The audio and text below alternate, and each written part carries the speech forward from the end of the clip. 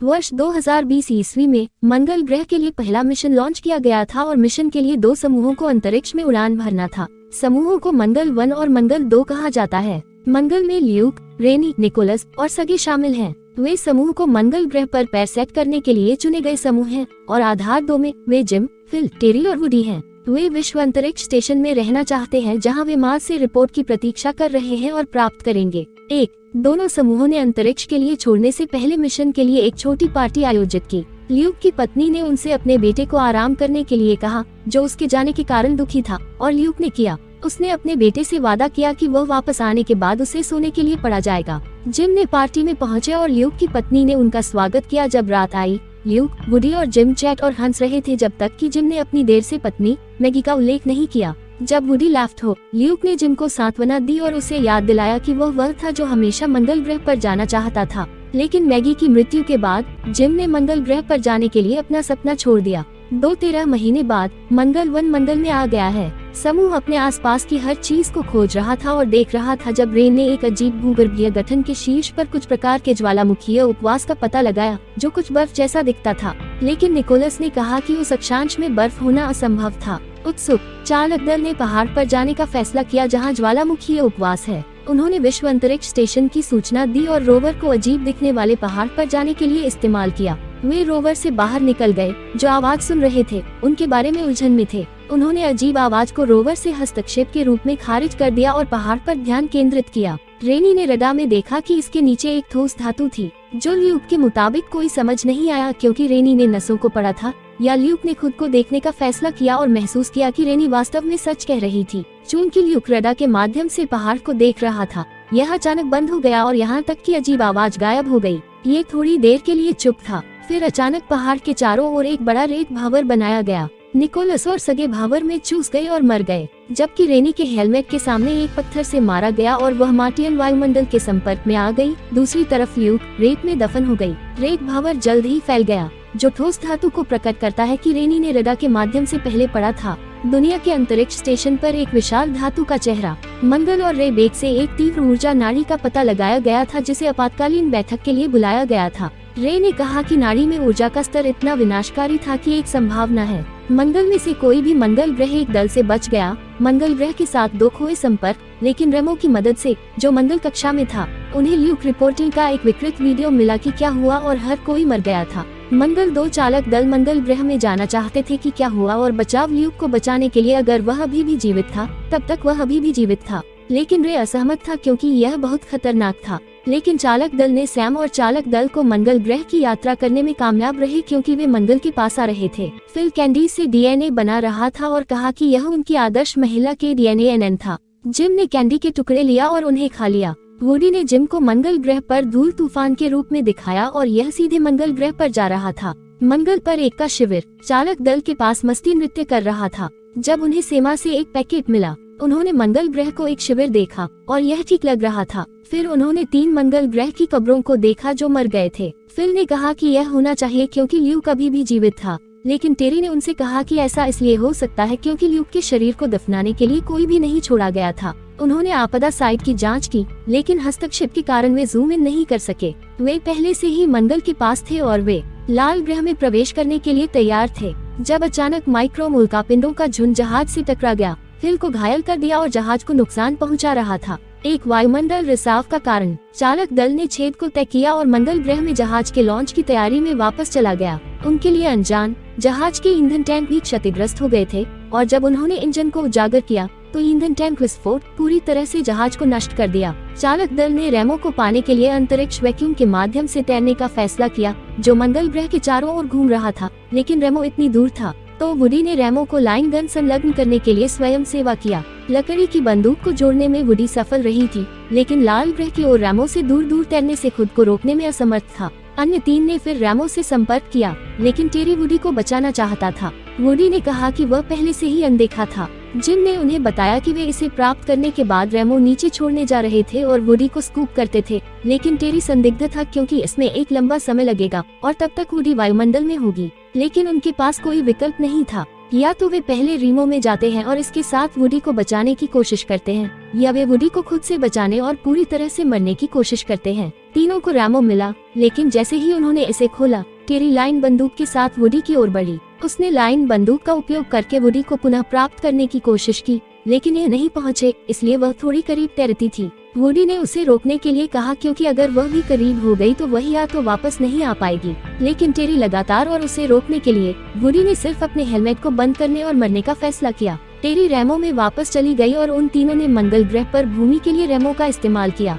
वे मंगल ग्रह एक शिविर में पहुँचे और उन्होंने पाया कि ल्यूक अभी भी जिंदा था। लग रहा था कि ल्यूक ने कई महीनों तक अकेले होने के कारण थोड़ा पागल हो गया हूँ, लेकिन उसने जल्द ही जिम, टेरी और फिल को पहचाना और खुद को वापस आ गया।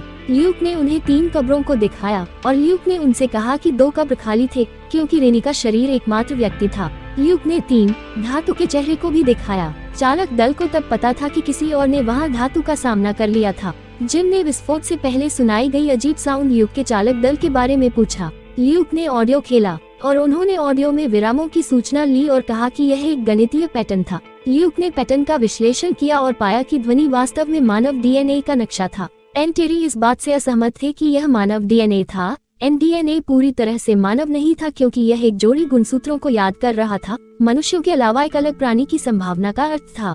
बाद में जैसा कि चालक दल तैयार हो रहा था, जिम गलती से मंजिल के चारों ओर कैंडी बिखरी हुई, और जब उसने उन्हें नीचे देखा तो उसे एहसास हुआ कि अजीब ध्वनि ल्यूक सुना गया था। एक हस्ताक्षर नहीं था, लेकिन चेहरे से एक परीक्षण उन्हें गुणसूत्रों को पूरा करने के लिए कह रहा था। जिम ने फिर सुझाव दिया कि हम परीक्षण पूरा करते हैं और चेहरे पर पूर्ण संकेत भेजते हैं। दूसरों ने खतरनाक के रूप में असहमत किया, लेकिन जिम ने उनसे कहा कि अगर वे चेहरे से कुछ जवाब पाने की कोशिश नहीं करते हैं तो दूसरी की मौत व्यर्थ रही। फिर उन्होंने चेहरे से संपर्क करने और इसका उपयोग करके एक पूर्ण सिग्नल भेजने के लिए एक रोबोट भेजा। जब धातु के चेहरे को सिग्नल प्राप्त हुआ तो समूह ने धातु के चेहरे से आने वाली रोशनी देखी। रोवर का उपयोग करके विशाल धातु चेहरे में प्रवेश करने के लिए यह एक उद्घाटन और निमंत्रण था। ल्यूक, जिम और टेरी धातु के चेहरे पर गए, जबकि फिल अंतरिक्ष यान में रहे। जिम ने फिल को बताया कि अगर वे समय पर वापस नहीं आते हैं तो फिल को उनके बिना अंतरिक्ष यान लॉन्च करना चाहिए। टीम तब धातु के चेहरे में प्रवेश किया और श्वेता के अलावा कुछ भी नहीं मिला। उद्घाटन जो उन्होंने बंद के माध्यम से प्रवेश किया और उन्होंने फिल के साथ संपर्क खो दिया। जिम ने देखा कि कमरे में दबाव था और सावधानी से अपने दस्ताने को हटा दिया। इसे देखकर टेरी और ल्यूक ने उसे रोकने की कोशिश की, लेकिन जिम के साथ कुछ भी नहीं होने पर चुप्पी में चौंक गया।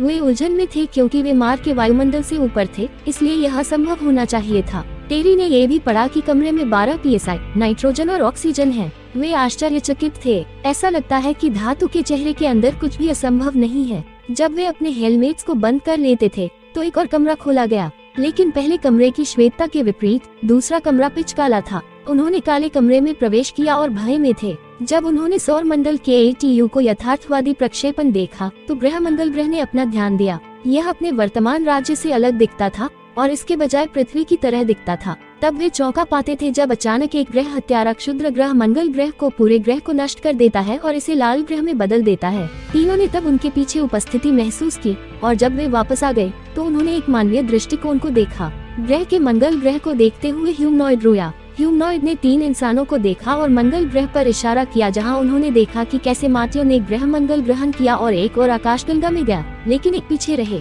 उनमें से 3 ने ह्यूमनॉइड को देखा, जिन्होंने उन्हें दिखाया कि आखिरी जहाज पृथ्वी पर कैसे उड़ गया और जीवों में बदल गया, जो तब तक विकसित हुआ जब तक मनुष्य अंततः अस्तित्व में नहीं आए। और यह समझाया गया कि पृथ्वी पर सैकड़ों लाख साल पहले जीवन अचानक अस्तित्व में था। ह्यूमनॉइड्स उनके पास पहुँचे और उन सभी ने हाथ रखा। उनमें से 3 ने तब महसूस किया कि मार्टियन पृथ्वी पर बैठे हैं और मनुष्य उनके कारण शुरू हुए। मनुष्य मार्टियन है और मार्टियन इंसान है। जैसा कि जिम ने कहा, एक गोल मंच अचानक उनके सामने दिखाई दिया और जिम ने उस पर घूर रहा था जो उस पर घूर रहा था। तब तक ह्यूमनॉइड अंत में उन्हें जीवन, मंगल और पृथ्वी के बारे में सच्चाई दिखाने के बाद खुश हो गया। इस बीच बाहर तूफान वास्तव में बुरा हो रहा है और फिर उनसे संपर्क करने की कोशिश कर रहा था। जिम ने चारों ओर देखा, यह महसूस किया कि चेहरे वास्तव में एक जहाज था।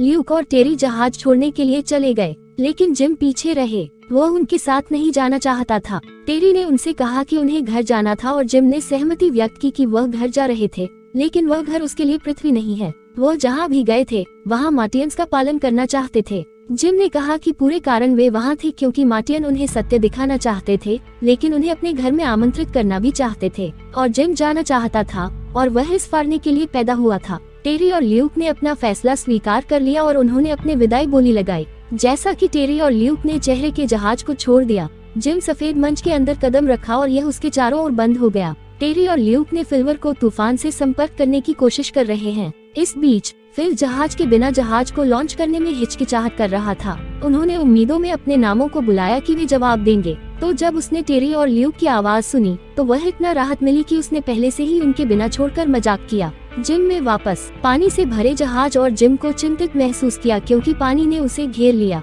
लेकिन जब उसने सांस ली तो उसे एहसास हुआ कि वह वास्तव में पानी के नीचे सांस ले सकता था। टेरी, ल्यूक और फिल जहाजों को सुरक्षित रूप से मंगल से बाहर निकला जबकि जिम अभी भी ग्रह पर था। दूसरी तरफ जिम पृथ्वी पर उनके साथ हुई सभी अच्छी चीजों को याद कर रहा था। उसने अपने दोस्तों और उसकी दिवंगत पत्नी के बारे में सोचा और जब वह पृथ्वी पर अपने जीवन को वापस याद करेगा तो वह तब भी जानता था कि वहाँ उन्होंने सही निर्णय लिया था कि उसका दिल उसे किसका नेतृत्व कर रहा था। टेरी, ल्यूक और फिल ने जिम जहाज को मंगल छोड़कर एक और आकाशगंगा के लिए उड़ान भरने को देखा। वे मुस्कुराए क्योंकि वे उसकी कामना करते थे। जाने से पहले शुभकामनाएं। दोनों जहाजों ने भाग लिया। एक ने पृथ्वी पर घर वापस ले जाया और दूसरा अज्ञात था।